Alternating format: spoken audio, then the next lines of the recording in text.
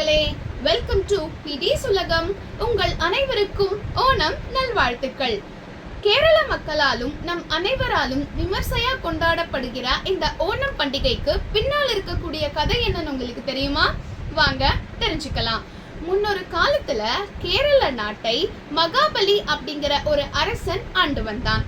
அவன் தன்னுடைய ஆட்சி காலத்தில் மக்கள் எல்லாருக்கும் எல்லா விதமான வளத்தையும் நலத்தையும் கொடுத்துதான் ஆட்சி பண்ணிட்டு இருந்தானாம்.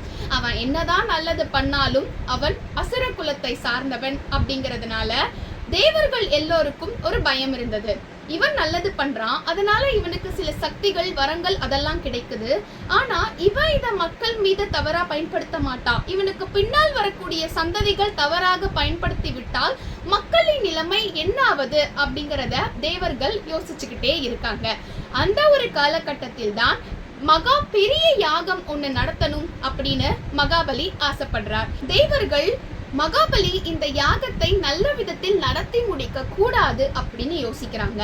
அதனால் பகவான் நாராயணரிடம் சென்று முறையும் இடுகிறார்கள். நாராயணா, மகாபலி நல்லவன் தான், மக்களுக்கு நல்லதை மட்டும்தான் செய்கிறான். ஆனால் அவன் அசுர குலத்தை சார்ந்தவன்.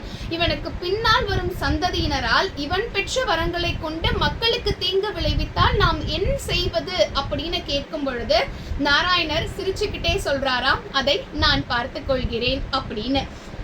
மகாபலியும் நல்ல விதமா அந்த யாகத்தை செய்து முடிக்கிறார். இந்த யாகம் செய்து முடித்தவுடன் மக்கள் என்ன வரங்களை எல்லாம் கேட்கிறார்களோ இல்ல பொருளை தானமாக கேட்கிறார்களோ மகாபலி அதனை தர வேண்டுமாம்.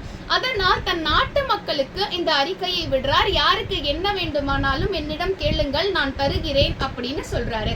மக்களும் தங்களுக்கு வேண்டிய எல்லா பொருட்களையும் வரங்களையும் வாங்கி செல்கிறார்கள். அப்போதான் பகவான் நாராயணர் வாமன அவதாரத்தை அழகாக 3 அடியில் எடுக்கிறார்.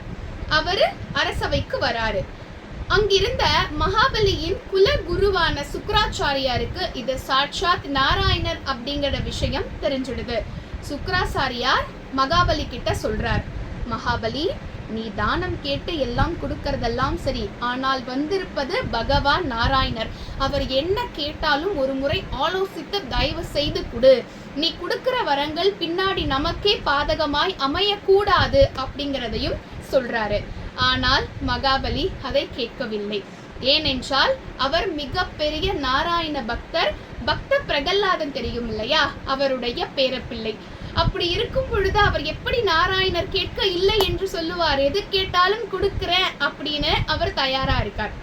வாமனர் வராரு. எனக்கு எந்தவித பொருளும் வேண்டாம், ஆனால் நான் இருக்கிறேன் அல்லவா 3 அடி, அதனால் எனக்கு 3 அடி நிலம் வேண்டும் அப்படின்னு கேட்கிறார். தாராளமா எடுத்துக்கோங்கன்னு மகாபலி சொன்னதும் தன்னுடைய அந்த சின்ன உருவத்திலிருந்து மிகவும் பிரம்மாண்டமான பெரிய உருவமா எடுக்கிறார். ஒரு காலை வானுலகத்திலும் ஒரு காலை பூமியிலும் வைக்கிறார்.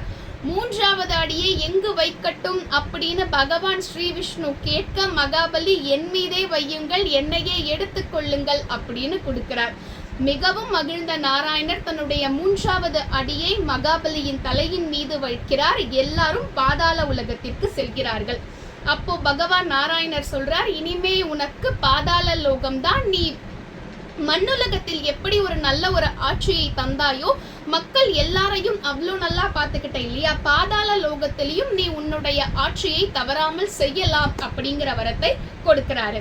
வேறொரு வரம் வேண்டுமானாலும் கேள் அப்படின்னு கேட்க, நாராயணா, நான் ஆட்சி புரிந்து கொண்டிருந்த காலத்தில் மக்கள் எந்தவித பிரச்சனைகளும் இன்றி சந்தோஷமாக வாழ்ந்து வந்தார்கள். நான் போன உடனேயே என்னுடைய மக்கள் எப்படி வாழ்வாங்கன்னு எனக்கு தெரியல. அதனால் நீங்கள் பிறந்த திருவோண நன்னாளில் ஒரு வருடமும் நான் இந்த நாள் என்னுடைய நாட்டிற்கு சென்று மக்கள் எவ்வளவு மகிழ்ச்சியாக வாழ்கிறார்கள் அப்படிங்கிறத பார்க்கணும். இந்த ஒரு வரத்தை எனக்கு தாருங்கள்னு கேட்கும் பொழுது பகவான் நாராயணர் அப்படியே ஆகட்டும் அப்படின்னு சொல்றார். அந்த வரத்தின்படி மகாபலி அரசன் ஒரு ஆண்டும் திருவோண நட்சத்திரத்தன்று ஒரு மக்களின் வீட்டிற்கும் சென்று பார்ப்பாராம், எப்படி மக்கள் சந்தோஷமா மகிழ்ச்சியா இருக்கிறார்களா அப்படின்னு.